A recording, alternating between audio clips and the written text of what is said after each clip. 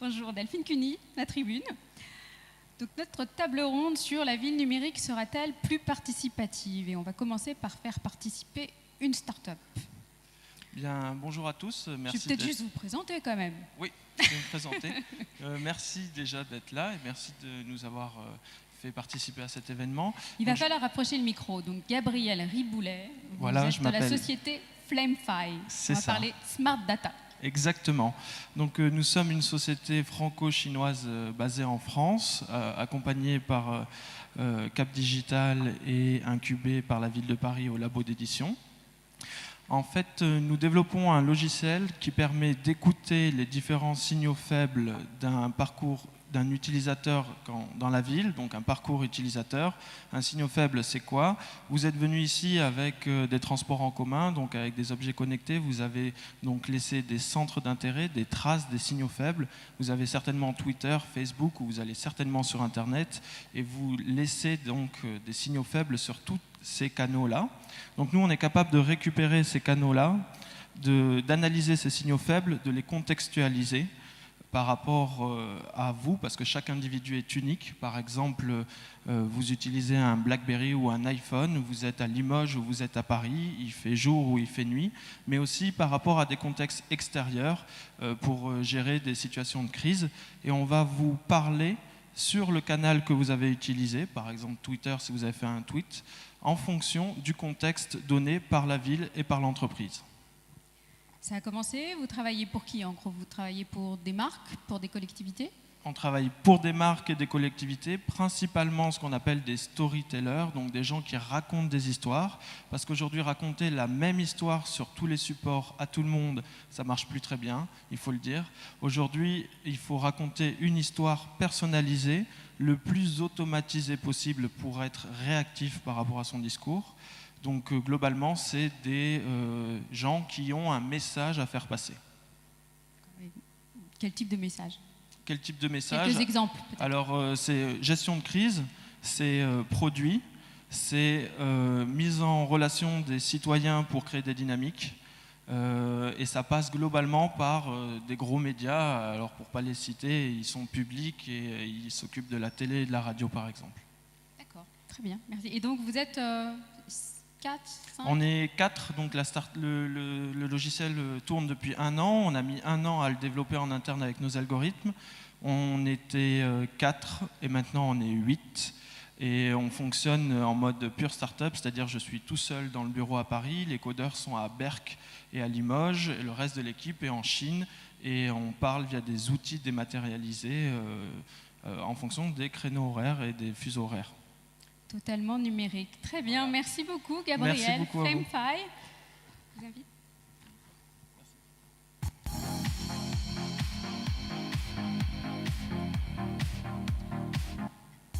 Alors, pour poursuivre sur notre table ronde, la ville numérique sera-t-elle plus participative? Alors, on a vu cette start-up totalement numérique. On va peut-être retenir un certain nombre d'idées, les données intelligentes, la pertinence.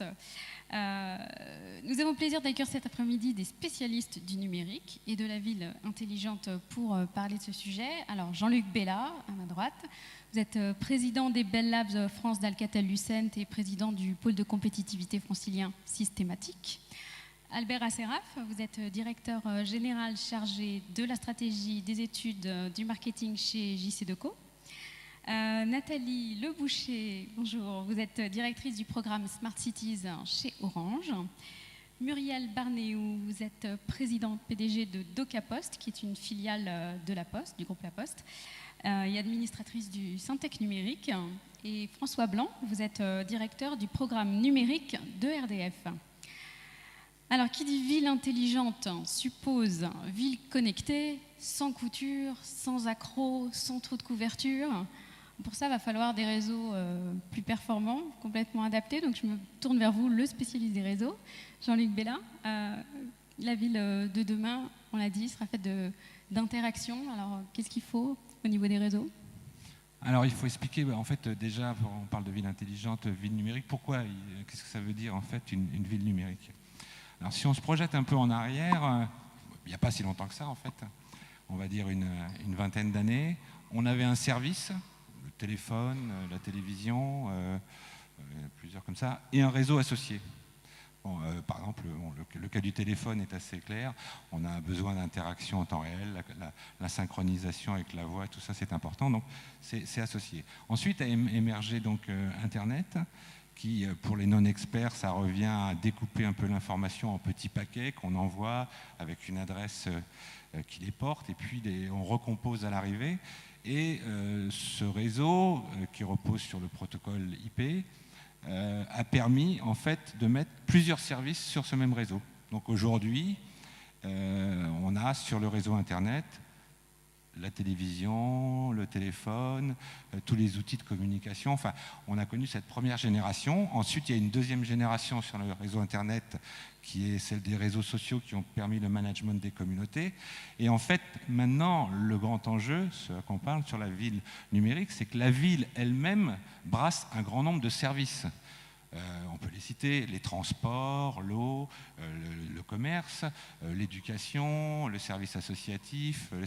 Tous ces services-là ont vocation à utiliser en fait ces mêmes plateformes numériques. Et la grande force du réseau numérique, c'est comme ils reposent tous sur le même plateau, ils apportent beaucoup de valeur à interagir entre eux. Et ça, c'est le grand enjeu en fait de la ville numérique. On dit ville intelligente parce qu'aujourd'hui, en fait, ça ne veut pas dire la ville aujourd'hui, elle n'est pas inintelligente, elle est statique. C'est-à-dire que quand on est face à un problème, on a l'information, mais on n'a pas ce qu'on appelle la boucle de réaction qui vous permet de vous projeter dans une solution. Et puis surtout, on n'apprend pas de ça. Alors en fait, la ville, si on prend l'exemple du transport, bon, par exemple, vous êtes dans le RERB, il y a un problème voyageur. Enfin, c'est un exemple théorique, hein, parce que le RERB, ça marche bien, mais donc vous avez un problème de transport, vous avez l'information, mais finalement, le système n'est pas centré sur vous, il ne tient pas compte de l'endroit où vous allez, il ne tient pas compte des solutions alternatives. Donc, globalement, la ville intelligente va permettre de mettre en dynamique la somme de tous ces services, de toutes les données qui seront captées, partagées. Et c'est là que c'est très important de le construire avec l'ensemble des acteurs, parce que plus il y a de données dans un système de ce type-là, plus il y a de richesse et plus il y a de pertinence dans le service qui est rendu. Donc c'est ça l'enjeu. Alors évidemment, pour répondre à le début de votre question, ça induit beaucoup de choses sur la manière de le mettre en place, on en parlera après, mais ça induit effectivement des contraintes sur ce réseau numérique qui doit forcément avoir une connectivité plus importante. Quand on traite par exemple de la route intelligente, il faut que la couverture soit parfaite. Il y a des contraintes, ce qu'on appelle le latency, le temps de réponse. Quand on regarde une vidéo sur YouTube, qu'il y a un temps de réponse un peu long, c'est pas fondamentalement grave, mais quand ça gère l'interaction entre deux véhicules, c'est fondamentalement important. Donc toutes ces données-là, plus la connectivité sur l'Internet des objets, donc imposent une dynamicité au réseau numérique, une intelligence qui est portée en son sein, la faculté de s'adapter aux nouveaux services. Donc ça, c'est une évolution importante sur les réseaux numériques. Et c'est un enjeu fondamental pour les villes de demain, qu'il faut le rappeler, enfin les villes de demain, les mégapoles, vont d'ici 20-30 ans être l'espace de 70 à 90% de la population dans le monde. Donc c'est même une chose dont on a souvent un peu de mal à voir de France, mais c'est un chantier même industriel à l'échelle du monde qui est immense. Et comment on crée les conditions de cette participation, puisque notre sujet, c'est pour être plus participatif? Alors la première chose à dire, c'est que quand on met à plat tous les éléments de la ville intelligente, c'est que tous les acteurs sont impliqués. Il n'y a pas un acteur qui décide, voilà, aujourd'hui ma ville va être intelligente, je vais faire ça, etc. Il faut qu'à la fois, je dirais, les collectivités, les acteurs qui sont en charge de cette dynamique, comme ça a été annoncé ce matin par Madame le maire, impulse cette orientation. Il faut que les industriels s'impliquent, mais les industriels, il faut qu'ils travaillent ensemble. Il n'y a pas un industriel qui a la solution complète de la ville intelligente. Il faut les gens qui sont implantés dans la ville, comme JC Decaux, je pense qu'ils ont un rôle, mais les gens qui travaillent, par exemple, EDF, les opérateurs, il faut que tous les industriels travaillent ensemble. C'est un superbe exemple d'ailleurs d'innovation ouverte. Ce sont les acteurs qui partagent leur démarche, qui la construisent avec d'autres, qui vont le plus vite. Et d'ailleurs, quand on regarde les villes dans le monde qui avancent vite là-dessus, c'est des villes qui construisent aussi cet espace-là. Et le troisième acteur qui est fondamental, c'est le citoyen, enfin l'usager de cette ville au sens large, parce que la richesse des solutions apportées, et puis surtout l'acceptation, n'existe que s'il y a une contribution qu'on pourrait appeler ascendante, comme la démocratie ascendante, et qui donne de la valeur à ces services, déjà qu'ils soient utilisés, mais surtout qu'ils soient enrichis. S'ils ne sont pas enrichis, ils n'ont pas de valeur, etc. Donc en fait, c'est à la base, sur le papier, assez compliqué, mais que lorsqu'on arrive à réunir ces conditions pour relancer tout le monde, c'est très performant. C'est pour ça que les expérimentations à plus petite échelle sont aussi très importantes, parce qu'on apprend beaucoup d'elles. D'accord. Travailler avec d'autres industriels, vous m'offrez une très bonne transition pour me tourner vers Albert Asséraf de JC Deco, parce que justement, vous travaillez avec des équipementiers, parce que les mobiliers urbains de demain, voire d'aujourd'hui, font finalement partie du réseau lui-même. Oui, c'est très juste ce que vient de dire monsieur, c'est-à-dire que la ville intelligente va se construire avec un certain nombre de partenariats entre grands industriels entre eux, et entre grands industriels, grands opérateurs et start-up. C'est un écosystème où la dynamique d'ensemble sera toujours plus vertueuse que chacun essayant de construire sa propre brique. Alors dans le cas précis que vous mentionnez, nous avons en effet annoncé très récemment, puisque nous avons exactement le 26 septembre annoncé notre coopération technologique avec Alcatel-Lucent au niveau mondial, et il y a quelques jours, une deuxième coopération avec Huawei, qui est un équipementier, cette fois chinois. L'objectif, vous le disiez, c'est de mailler le territoire de cette infrastructure qui va permettre d'avoir un accès de très haut débit partout dans les grandes villes, en particulier dans les secteurs où il est difficile d'avoir la 4G et dans le futur peut-être des niveaux de performance encore plus importants. Je pense que Nathalie Leboucher pourra en parler mieux que moi. Mais on a tous eu cette expérience où on souhaitait accéder au réseau parce qu'on veut télécharger des contenus, transférer des vidéos sur les réseaux sociaux, et on n'a pas le réseau. Et donc, en effet, le mobilier urbain qui maille le territoire aura cette capacité demain à générer une meilleure qualité de réseau pour un meilleur service. Concrètement, vous transformez les abribus en mini-antennes relais de téléphonie mobile. Alors, on ne les transforme pas en mini-antennes relais. On va installer ces micro-celles ou micro-relais dans les abribus. C'est le cas déjà à Amsterdam. Nous avons installé sur 200 abribus ces toutes petites antennes de très faible émission, mais qui permettent, dans un rayon très court, on parle de quelques dizaines de mètres, d'avoir un excellent accès au réseau et donc de pouvoir générer cette dynamique de la ville intelligente avec de vrais résultats mesurables. Et puis, vous inventez aussi toute une série de nouveaux services. Vous aviez travaillé sur un certain nombre de projets avec la mairie de Paris. Je crois qu'on a des photos d'ailleurs à projeter sur oui. justement les mobiliers urbains de demain et tout ce qu'ils peuvent offrir comme nouveaux services, pas seulement la connectivité. Alors Jean-Charles Decaux le rappelait ce matin sur cette même scène, l'entreprise a un demi-siècle, 50 ans cette année, et nous avons déployé au fil des années dans aujourd'hui 3700 villes des services majoritairement physiques, des abribus, des journaux d'information, des sanitaires. Et la révolution technologique fait que nous avons de plus en plus la capacité à déployer aussi des services issus du numérique. Alors Vélib en a été un exemple, on l'a encore rappelé ce matin. Certes, ça a 7 ans, mais il n'y aurait sans doute pas eu Vélib avec un tel succès s'il n'y avait pas eu la technologie pour vous informer des stations libres, des vélos disponibles à un instant T dans tel quartier, parce que ça aide à informer sur la mobilité. Et quand on déplace aujourd'hui chaque jour entre 120 et 140 000 personnes, c'est bien grâce à l'association du réseau physique et du réseau numérique. Et c'est vrai que la ville de Paris, vous le mentionniez, nous a donné une opportunité unique au monde, il y a quelque temps, avec le projet de mobilier urbain intelligent. C'est un projet qui n'avait jamais eu lieu ailleurs dans le monde et qui nous a permis de tester un certain nombre de concepts tout à fait nouveaux, que d'ailleurs nous avons créés pour l'occasion, et dont on va retrouver une illustration au sein de certains abribus dans les prochaines semaines, puisque, comme vous le savez peut-être, nous sommes en train de changer les 2000 abribus de Paris, puisque nous avons reconduit ce contrat pour 15 ans. 100 d'entre eux seront équipés d'écrans de contenu tactile qui vous permettront d'avoir des informations sur les loisirs, sur la mobilité, sur l'histoire de la ville. C'est Paris qui décidera des contenus. Nous mettons à disposition la technologie. Donc c'est un fil d'information qui sera disponible Il n'y a pas de voie de retour. Ce sont les... Alors, il y a plusieurs choses. Dans le cas de Paris, ce sera l'équivalent de cette tablette ou de la vôtre, mais en 32 pouces. Et donc, ce sera un écran collectif où chacun pourra aller chercher l'information dont il a besoin, mais sur la base d'applications qui seront décidées par la ville, entre, à mon avis, une douzaine et une quinzaine, et qui seront des informations utiles. Hein, il ne s'agira pas d'aller télécharger des contenus ou chercher des contenus à l'initiative des clients ou des citoyens. C'est bien la ville qui décidera des applications qu'elle voudra y mettre. Mais j'ai un autre exemple intéressant sur la participation.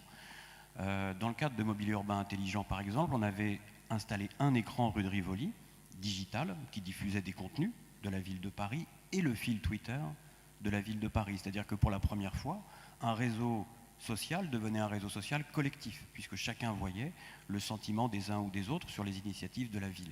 Et il se trouve que Sao Paulo, où nous avons gagné le contrat il y a quelques mois, a décidé que tous ces écrans digitaux, et nous allons en installer 1000, feront défiler le fil Twitter de la ville de Sao Paulo.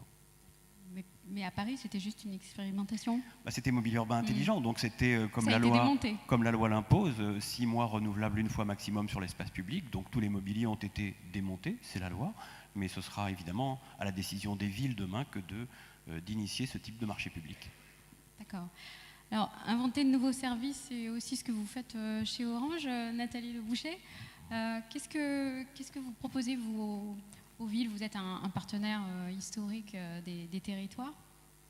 Oui, alors je voulais effectivement, pour reprendre ce que disait Albert Asseraf, c'est vrai qu'on travaille étroitement avec Alcatel, avec Deco sur ces sujets de small cell, hein, puisque effectivement, comme ça a été rappelé, il faut parfois revenir aux fondamentaux. Hein. La ville intelligente, c'est d'abord une ville connectée.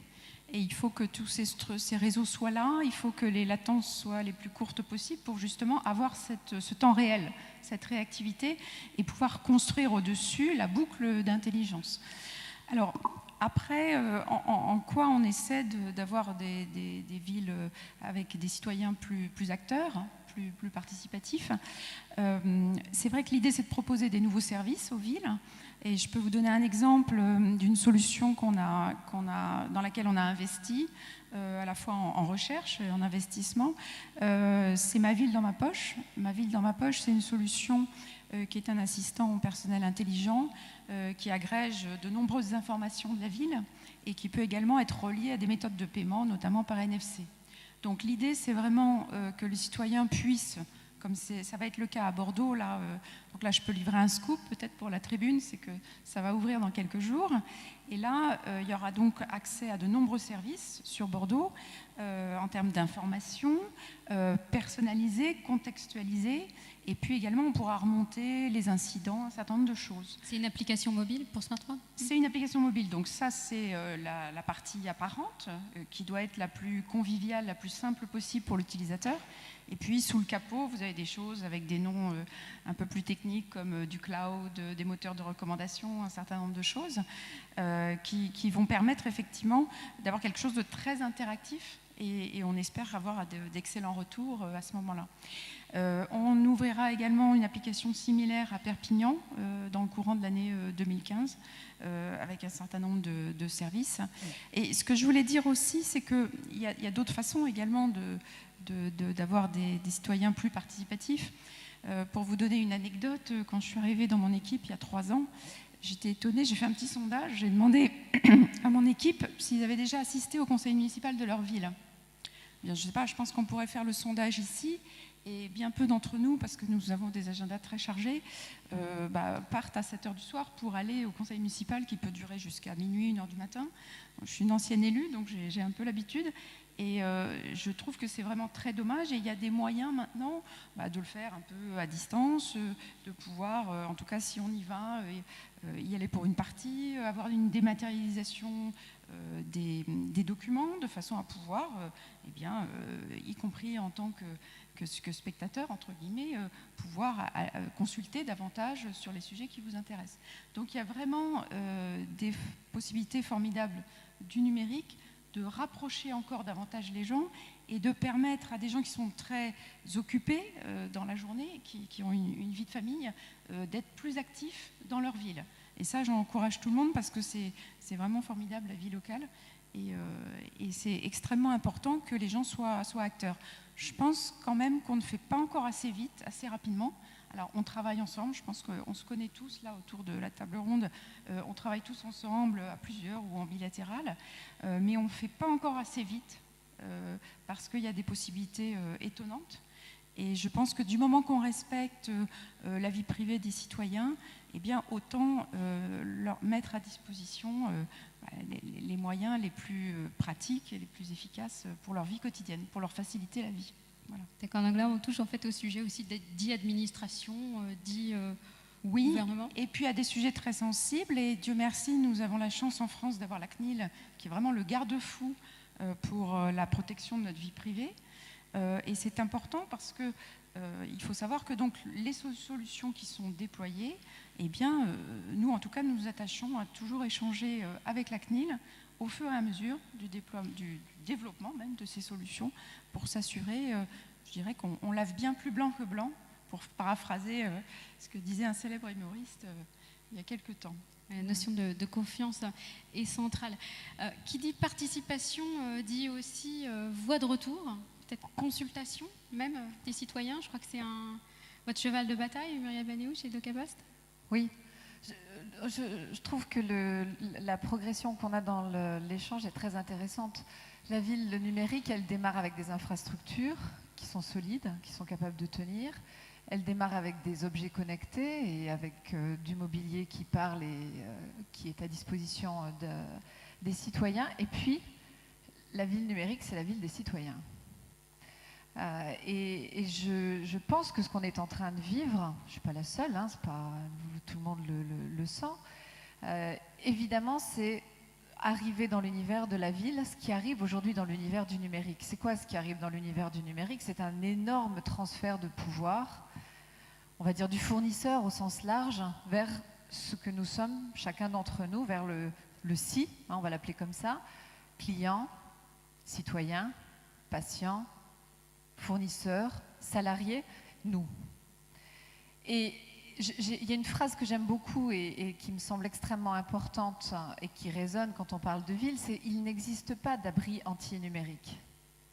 Ce qu'ont vécu ou ce que sont en train de vivre des industries et des pans complets d'industries, qu'on parle de l'hôtellerie, qu'on parle du commerce, hein, qu'on parle même de l'univers des taxis, qui est vu comme l'invasion des barbares ou des attaques des barbares. Derrière ça, il y a quelque chose qui est très fort et qui est très puissant, qui est ce transfert de pouvoir qui nous est donné, qui est devenu possible avec ce que l'on a tous entre les mains ici, qui tout à coup nous donne cette liberté de choisir le quand et le comment. Alors c'est très difficile pour nous de ce côté-ci de la scène, nous qui venons des mondes traditionnels. On a vu tout à l'heure une start-up qui elle, s'est libérée de toutes ces choses-là. C'est très difficile pour nous. Et ce qu'aujourd'hui nous faisons du côté La Poste, eh bien, c'est d'accompagner les institutions, d'accompagner nos clients, d'accompagner les entreprises dans cette aventure qui est une aventure qui n'est pas facile à vivre. Et les villes vivent cette aventure, elles aussi, au premier chef. Dans ce cadre-là, il y a le citoyen, et le citoyen qui veut sa ville à sa disposition quand il la veut, en e-administration, d'accord, mais aussi dans sa façon d'interagir avec elle. Et la ville collaborative, c'est ça. C'est un citoyen qui n'est pas seulement consommateur, mais c'est un citoyen qui devient acteur. Alors, nous avons une solution, par exemple, pour parler un peu de DocaPost, qui est la filiale numérique de La Poste. Nous avons une solution qui s'appelle Gestion Relations Citoyens, qui est une solution très simple qui permet d'avoir la possibilité pour une ville d'apparaître, d'être présente dans la poche, comme le dit Delphine, hein, dans la poche de ses citoyens tous les jours, et de permettre à ces citoyens de signaler par exemple un encombrant, de signaler un incident, et surtout, et ça c'est extrêmement important, d'avoir un retour de ce qu'il a dit. Parce que dans cet univers numérique, ce que l'on attend aussi, c'est le retour et l'échange. Ça, c'est des valeurs extrêmement fortes de ce monde-là, de ce monde, on va dire, un peu nouveau, même s'il est déjà fortement présent. Et je pense qu'on peut aller encore plus loin. Aujourd'hui, vous avez la question qui est majeure, que couvre Delphine pour les villes, qui est la façon dont on veut participer à la vie de la ville et la façon dont on peut faire entendre sa voix. Dans l'univers numérique, on vote, on donne son avis tous les jours, tout le temps. Dans les réseaux sociaux, c'est un des premiers sujets. Et je pense qu'il est essentiel que les villes entrent dans cet univers-là, s'emparent de ces outils-là aussi pour consulter, avoir des avis, mettre d'une manière extrêmement simple un certain nombre de décisions au choix et à la décision des citoyens qui le souhaitent. Et ce ne sont pas des rêves. C'est pas seulement un fil Twitter. Non. Ça peut être un fil Twitter, bien sûr, mais vous pouvez le faire d'une manière qui est plus opposable, au sens transparente, organisée.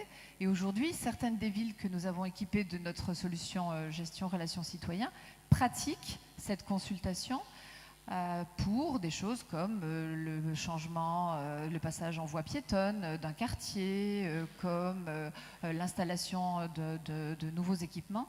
Et je crois qu'elles en sont extrêmement satisfaites et les citoyens eux-mêmes très participatifs, toutes générations confondues, ce qui est un vrai élément d'intégration et de cette ville collaborative, pour des moyens qui sont des moyens extrêmement simples à mettre en œuvre. C'est du vote électronique ?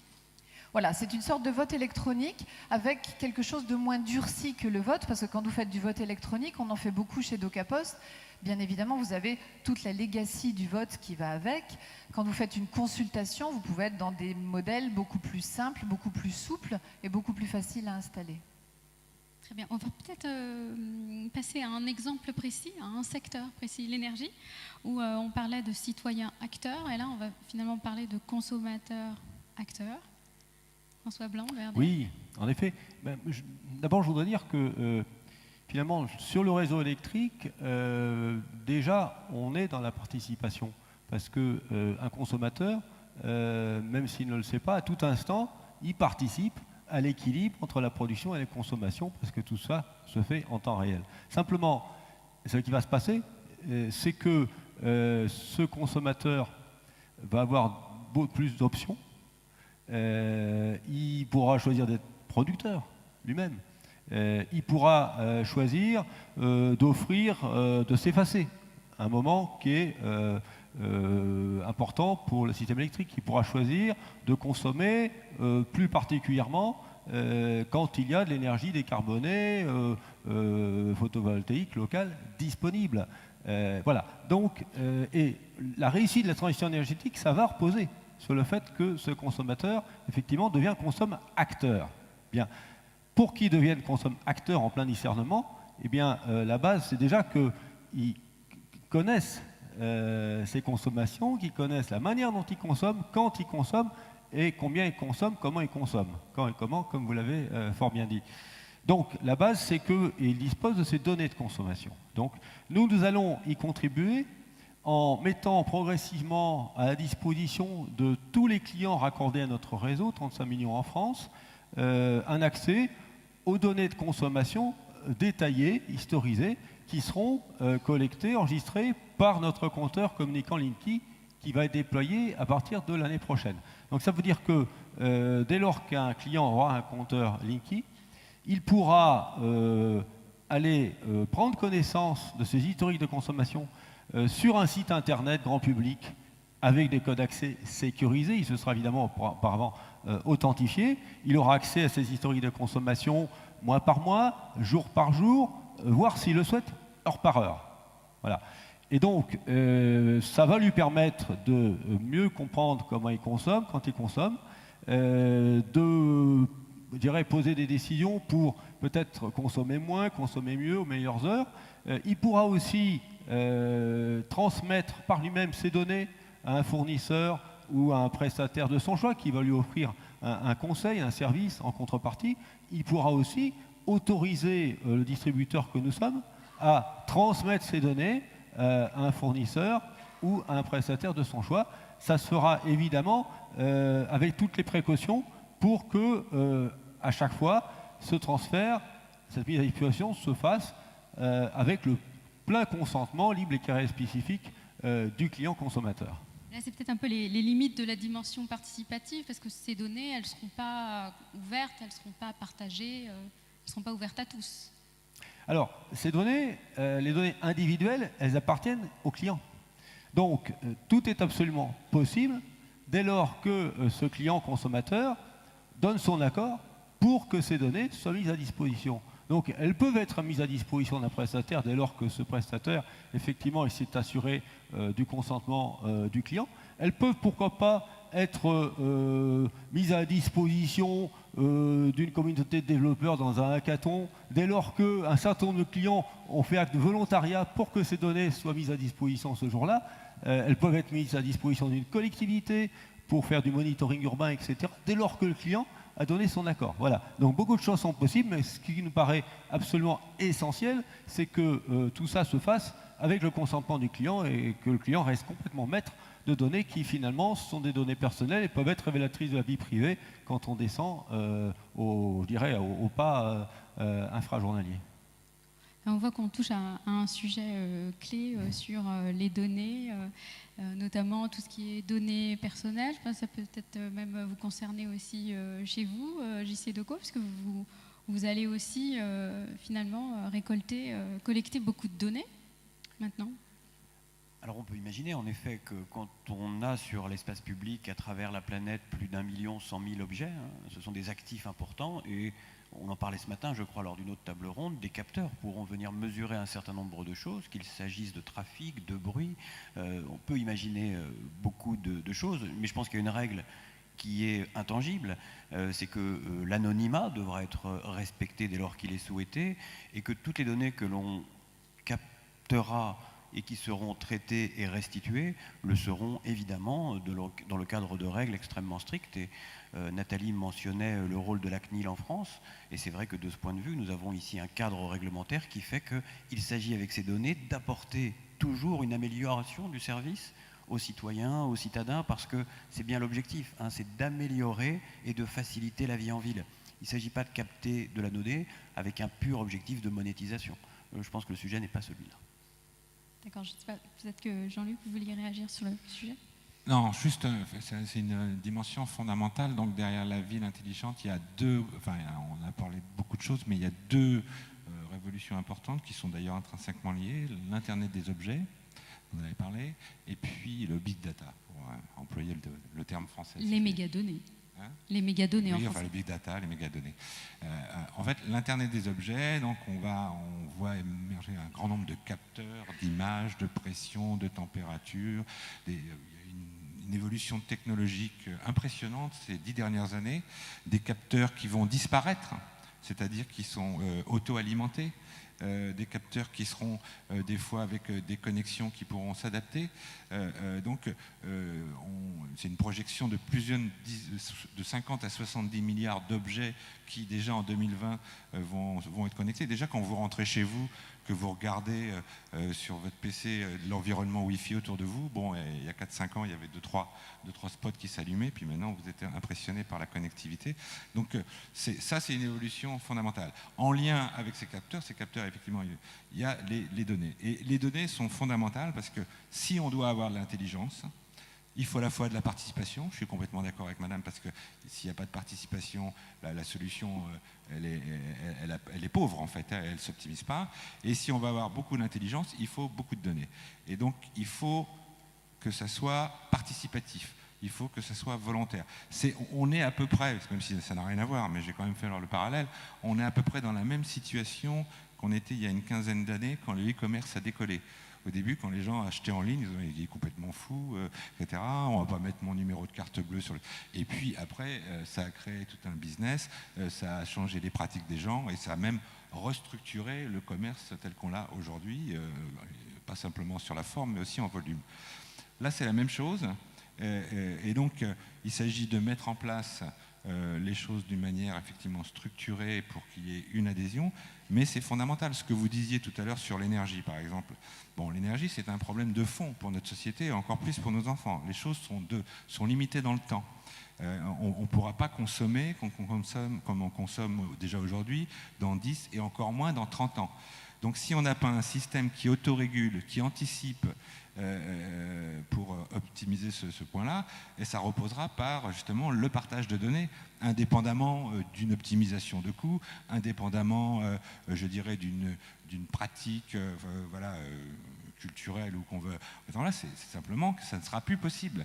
Et il y a une chose qui est une chose positive. Il y a de plus en plus de gens dans le monde qui accèdent à un niveau de classe moyenne. Par exemple, c'est en Chine, on est passé de 50 millions à 250 millions. Donc, globalement, c'est une évolution positive, mais qui a des conséquences très importantes à l'échelle du monde. Donc, toutes ces choses-là, les données, l'Internet des objets, tout ça, ce sont des éléments qui apportent de l'intelligence de l'information et donc de l'intelligence aux services qui sont mis en place. Et c'est pour ça que la question de notre débat, est-ce que c'est participatif? C'est à la base obligatoirement participatif, sinon il n'y a pas de valeur. Il faut bien comprendre que si on met en place un système dans une ville qui optimise le transport, et puis s'il y a juste 50 personnes qui contribuent sur leur localisation, etc., l'information elle n'est pas pertinente, le service n'a pas de valeur et rien n'est mis en place. Et pourtant, de plus en plus, ça va être nécessaire, puisqu'on ne peut pas continuer à croître dans les transports, dans les villes, comme c'est le cas aujourd'hui, avec des embouteillages qui n'en finissent pas, etc. Tout ça, ça doit s'optimiser, et on doit passer d'un monde statique à un monde dynamique, et être dynamique, ça veut dire avoir des points d'information. Et je pense que, ces données, je pense qu'elles se gèrent par les deux bouts. Elles se gèrent, comme vous le dites très bien, Jean-Luc, sur le fait que je suis acteur, et c'est de l'opt-in aussi, dans la façon dont on le formule. J'accepte d'être géolocalisé, j'accepte que mes données soient accessibles, j'accepte de les donner à un autre. Et elle se gère aussi de l'autre côté par le prestataire, celui qui est là, celui qui est d'une certaine manière propriétaire de la donnée. Ça peut être évidemment le fournisseur d'énergie, ça peut être le telco, ça peut être l'infrastructure. La transparence de ce qui est fait de ces données, si on a bien quelque chose à apprendre des années qui viennent de s'écouler dans l'univers numérique, c'est bien ça. Et cette ville collaborative et cet espace nouveau qui est à créer, c'est un espace dans lequel ce sujet de transparence et du rendre compte de ce que l'on fait est aussi un élément très important de la confiance et de la confiance du numérique, je crois. Je vois que c'est apprécié. Alors justement, ce serait bien de rendre cette table ronde participative. Donc je vais ouvrir la séance des questions. Est-ce que quelques mains se lèvent? Qui veut ouvrir le bal? Une petite question, non? Ne soyez pas timide. Ah, très bien. Par ici, vers le 3e, 4e rang. Merci de vous présenter. Oui, bonjour. Raphaël Bidé-Waddington, fondatrice du laboratoire d'ingénierie d'idées. Je trouve qu'on parle beaucoup des processus collaboratifs, participatifs, mais finalement on ne donne jamais vraiment les détails. Et j'aurais envie de vous demander, est-ce que vous pourriez vous donner un petit peu des exemples des pratiques qui sont les plus efficaces justement pour inciter au processus participatif, entre, je ne sais pas, quels sont les bons repères pour penser à un protocole participatif qui soit particulièrement incitatif ou pertinent? Pour une collectivité, vous voulez dire? À vos différentes échelles, par rapport aux expériences que vous avez menées. Nathalie, allez-y. Je peux vous donner un exemple. Par exemple, ce qu'on pratique beaucoup chez Orange, c'est tous les sujets qui sont liés, et que vous connaissez très bien, à l'open innovation. C'est de lancer des challenges très ouverts. Et donc, c'est ce qu'on a fait encore récemment pour une plateforme de données. Et là, on a reçu à peu près 320 idées absolument intéressantes et qu'on va sélectionner. Donc voilà, il y a différentes méthodes, mais c'est vrai que très souvent, le mieux, c'est d'être assez ouvert et de susciter justement des participations, qu'elles viennent d'individus, de start-up, bien sûr de la recherche. Et nos chercheurs sont très ouverts vers l'extérieur en matière d'innovation. On a parlé d'hackathon aussi tout à l'heure. Je crois qu'il y a plus d'exemples, ce qui est fait dans les pôles de compétitivité sur le sujet. On travaille à 3 pôles avec Cap Digital, Systématique et Advanced City pour justement mettre en place ces plateformes d'innovation ouverte avec différents industriels. Donc là, on commence à avoir des exemples précis. Maintenant, je pense que votre question parle sur l'interaction avec le citoyen. Donc là, je pense que dans le cadre, alors il y a des systèmes comme ça a été souligné, qui existent aujourd'hui, je dirais, participatifs, mais dans dans la logique de regarder l'acceptation, l'implication justement de ces démarches-là avec les citoyens sur la ville intelligente, on a à rentrer dans cet espace-là. C'est pour ça que je soulignais tout à l'heure le fait qu'il y ait des villes qui expérimentent des services donnés. Tout ça, c'est des moments très importants. On va rentrer dans les années justement dans cet espace-là. Il y a des choses dans le monde qui existent, mais on n'a pas vraiment un recul important. Ce qu'on sait, c'est que les endroits où c'est expérimenté, il y a une appétence citoyenne pour les choses qui sont assez impressionnantes, dès lors qu'on explique et puis qu'on donne surtout les moyens d'interagir. Donc je pense que on rentre dans l'ère où on va avoir ce retour, en tout cas sur les systèmes intégrés. Je pense qu'on a des retours maintenant sur des systèmes isolés, mais sur des systèmes intégrés complets, comme l'optimisation de l'énergie à grande échelle, ou les transports qui interagissent avec les systèmes de communication et d'autres services. Là, on a encore à apprendre, hein. Je pense mais ce qu'on sait déjà, c'est que ces solutions-là, elles ne marchent que quand il y a une participation. Donc il faut mettre même les mécanismes pour augmenter cette participation. On n'a pas beaucoup de recul encore, hein, très honnêtement et très humblement sur ces univers-là. L'Observatoire du Syntec numérique, par exemple, sur la ville participative, sur la ville numérique, pardon, la ville intelligente, il a seulement 2 ans. Et on n'a pas encore pu capitaliser sur tout. Les bonnes recettes, hein, pour ce que l'on envoie dans les villes qu'on observe, d'abord, c'est la pluridisciplinarité. Ce que dit Delphine quand elle dit se mélanger à d'autres. Il y a certes le sujet des startups, mais il y a aussi le sujet des autres disciplines. Ça, c'est vraiment extrêmement important. Faire intervenir le sociologue, faire intervenir l'ergonome, enfin, faire intervenir la multiplicité de la façon de voir un territoire, c'est en général une assez bonne façon de créer derrière la réactivité et la collaboration. Après, le deuxième sujet, c'est il faut des cas d'usage. C'est le monde de l'usage, le monde du numérique. Hein, c'est le monde de ça marche si ça crée valeur, si ça fait quelque chose, si ça apporte quelque chose. Et ces cas d'usage, le problème de faire démarrer ces systèmes-là, c'est qu'ils existent aussi si la multitude est déjà acquise ou est déjà enrôlée. C'est-à-dire que vous pouvez, par exemple, décider de rerouter et d'alerter sur un énorme bouchon ou un énorme problème dans la ville pour qu'elle soit immédiatement réactive et éviter que d'autres automobilistes ou d'autres voyageurs s'engouffrent dans le problème, sauf qu'il vous faut les données, les infras et les développeurs de ces usages. Donc je peux juste vous donner un peu les idées de quels sont les ingrédients d'une bonne recette. Ensuite, ce que les recettes vont donner, là c'est un sujet devant nous et c'est un sujet aussi à inventer. Hein. François Blanc. Oui, moi je dirais, comme je l'ai dit tout à l'heure, quand on parle de réseau électrique, du système électrique, on est dans le systémique, donc on ne fait jamais rien tout seul. On ne fait jamais rien tout seul. Et donc, tout ce qu'on expérimente, tout ce qu'on développe, on le fait en impliquant les clients et en impliquant tous les acteurs du système électrique. Exemple, le service dont j'ai parlé tout à l'heure, nous l'avons expérimenté avec un bailleur social, donc auprès de locataires du social. L'ADEME était associée. Voilà, on a construit le service ensemble et puis on s'est nourri du retour d'expérience, de la perception des clients au fil de l'expérimentation, au fil des enquêtes. Par exemple, si on veut savoir comment gérer un réseau avec une forte densité de panneaux solaires, eh ben, on va le faire avec des fournisseurs, avec des constructeurs de panneaux, avec l'implication des clients, avec des startups.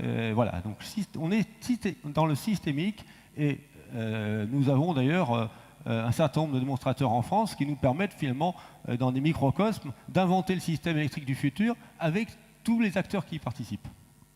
Mais je vois d'autres questions par ici.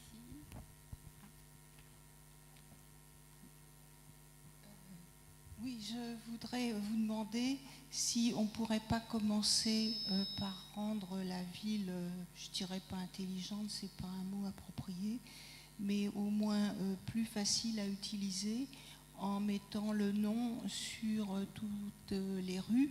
Ça éviterait certains accidents de voiture quand on cherche une rue et qu'on ne trouve pas l'indication du nom. L'autre chose que je voudrais vous dire également, qu'entendez-vous par participatif? J'habite une ville qui se targue d'être très numérisée, ici les Moulineaux. on nous demande notre avis sur un projet.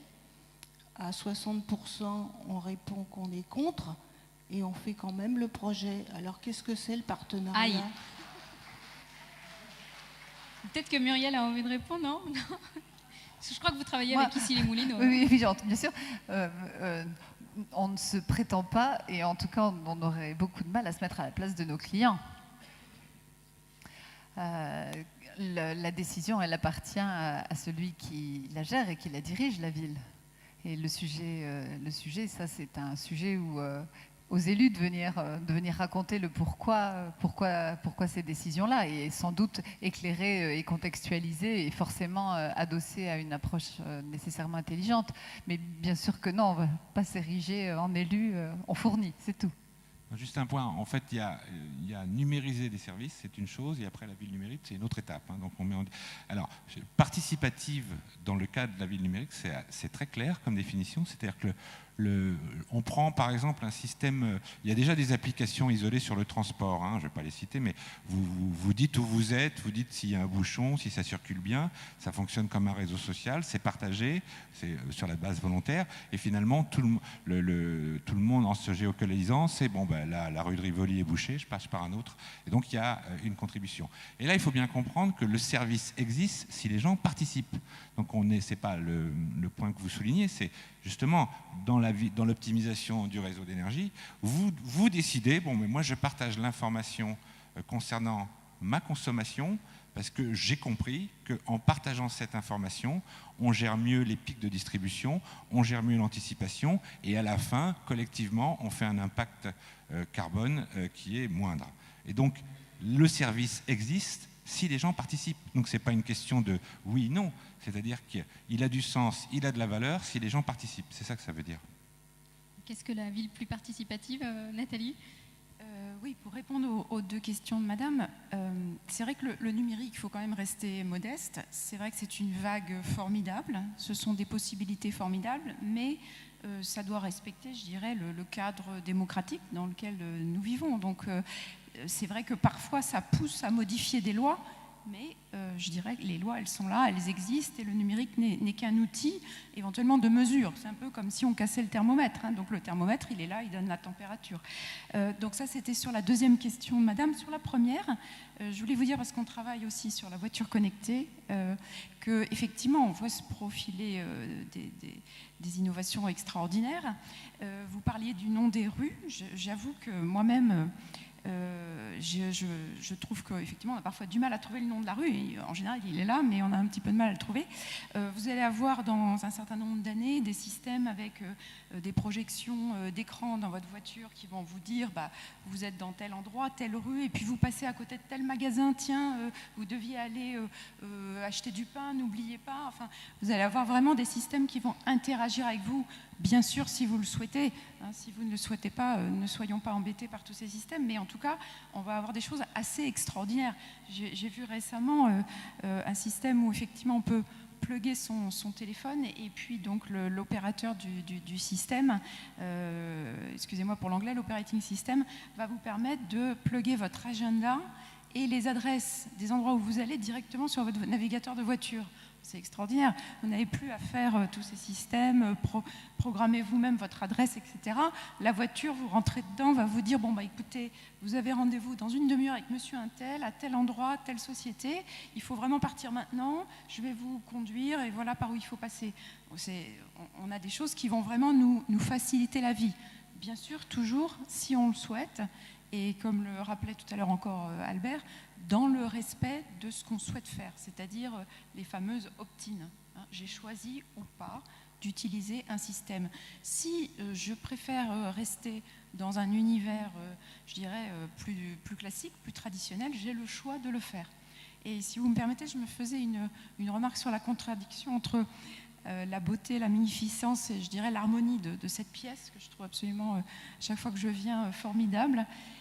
Et puis j'observais finalement le schéma là, et je me disais finalement, est-ce qu'une smart city, ce sont des buildings comme ça assez hauts, voilà, c'est un débat qui est un peu d'actualité en plus dans Paris, mais sans prendre position frontale, je pense que il y a toutes sortes de villes. Le numérique peut permettre à toutes sortes de villes de faciliter la vie des citoyens. Et c'est ce que nous essayons de faire, y compris pour les plus petites villes. Parce que là, on est à Paris, mais il faut voir qu'il y a des plus petites villes en France ou ailleurs qui font des choses fabuleuses. Si vous allez à Sarlat, vous verrez ce que je dis, par exemple, pour rendre moins visible, moins dégradante visuellement tous les beaux bâtiments du XVe siècle. Donc vous avez l'information sur votre téléphone, accessible, mais en tout cas, elle ne gâche pas votre appréciation et l'harmonie du paysage. Et pour moi, c'est quelque chose de très important parce que je nous écoutais parler et j'entendais le vocabulaire, hein, les capteurs, on est dans l'Internet des objets, tout ça, ça fait un peu peur quand même, hein, il faut se le dire. Et je crois que c'est bien de rester dans une vie réelle, même si on a cette couche virtuelle au-dessus qui est complémentaire et qui est fascinante, mais qui ne doit pas nous faire oublier la vie réelle, je dirais, la vie naturelle. Ça pourrait faire une belle conclusion. Je pense que, sauf s'il y a vraiment peut-être une ou deux questions. Je vois mademoiselle. Ouais, c'est bien. C'est bien, il y a des questions. Merci de vous présenter. Oui, Gilles Moutet, président d'Igor Solutions. Moi, ma question, c'est effectivement, les villes sont intelligentes, mais qu'en est-il du reste des territoires en France ? En France, nous avons quand même 36 000 communes, un peu plus, dont plus de 30 000 ont moins de 3 500 habitants. Donc, on les appelle communes rurales à tort, parce qu'elles ne sont pas nécessairement toutes rurales, mais elles ont aussi, elles, une vocation à devenir intelligentes. Donc, ma question, c'est est-ce que Smart City est réservé aux grandes agglomérations, Paris, Bordeaux, etc. Ou bien est-ce qu'on peut, comme Sarlat aussi, devenir intelligent? Alors, ma deuxième question, c'est un constat. Nous avons 600 000, un petit peu plus, élus territoriaux, donc les maires, les adjoints, etc. C'est considérable, c'est presque la moitié de tout ce qui existe en Europe. Et de ces 600 000, quelques-uns ici présents sont convaincus de la révolution de l'Internet des objets, du fait qu'on vit une troisième révolution industrielle induite par le numérique, mais la plupart, et je dirais moins de 10%, sont complètement allergiques, inconscients au fait qu'on vit cette révolution industrielle, commencée d'ailleurs il y a depuis de nombreuses années. Donc comment vous voyez la sensibilisation de ces élus numériques qui ne sont pas tous nécessairement, comme vous êtes là autour de cette table ronde, voilà. Qu'est-ce qu'on peut faire ? On va laisser un peu de temps pour les réponses. Je vais d'abord demander à Nathalie, parce que je crois que la partie smart ruralité, ça vous parle. Oui, pour donner un autre exemple, donc j'ai parlé de Sarlat que j'aime beaucoup, mais on s'est intéressé depuis 2 ans effectivement à des solutions pour les plus petites villes. Et c'est vrai que dans les projets de villes intelligentes, il y a beaucoup de parties hardware, donc matériel, d'objets connectés, qui font souvent le coût important des solutions. Donc tant que vous n'avez pas des gros volumes, tout ça, ça ne va pas, et une généralisation, ça ne va pas baisser. Donc ce qui est intéressant dans les solutions software, hein, donc, comme évoqué par La Poste ou qu'on peut faire chez Orange, c'est que là, c'est des choses qui sont beaucoup plus... qu'on peut mettre à échelle, qu'on peut personnaliser. Et donc, une solution comme Ma ville dans ma poche, elle convient parfaitement à une toute petite ville. Il n'y a absolument aucun problème. Donc, l'autre aspect, c'est le fait qu'on s'est intéressé au territoire, à la ruralité, et qu'on s'est rendu compte que nous avions une agriculture beaucoup plus moderne que beaucoup de gens le croient, et que surtout les besoins des agriculteurs, eh bien, beaucoup de besoins et de services peuvent être rendus par le numérique. C'est pour ça que dans mon équipe, on a lancé des travaux importants sur l'agriculture intelligente et notamment sur tout ce qui est capteurs agricoles connectés, parce que là, il y a une vraie utilité à remonter des niveaux, je dirais, d'hygrométrie, de qualité d'air, enfin différentes informations qui permettent d'optimiser justement la productivité agricole. Les solutions qu'on a, en complément de Nathalie, les solutions qu'on a, nous, sont des solutions qui tournent aujourd'hui sur plus de 200 villes, du côté de la gestion relations citoyens, hein, le produit dont je vous parle, qui sont toutes des villes de moins de 15 000 habitants. Et ensuite, on a des solutions qu'on va appliquer à des plus grosses entités, type un conseil général ou une ville plus importante. Ça, c'est un premier sujet sur un petit peu la largeur de la gamme qu'on va adresser. Sur le sujet de l'appropriation de ce numérique, alors vous avez des choses comme le Syntec qui peuvent agir à aider et à faire progresser sur les supports. Et après, je dirais juste, n'ayez pas peur. Aujourd'hui, venez par exemple à l'Association des maires de France. Vous savez, le forum des maires de France là, que vous allez la semaine avoir prochaine, la c'est semaine jeudi prochaine. prochain. Voilà. Vous verrez un certain nombre de solutions qui se mettent en main, y compris des générations qui ne sont pas nées avec le digital entre les mains, parce qu'une chose est très forte dans cet univers numérique, c'est sa facilité d'usage. Ce qui relève après des éléments de frein, et c'est normal, c'est que se passe-t-il avec les données?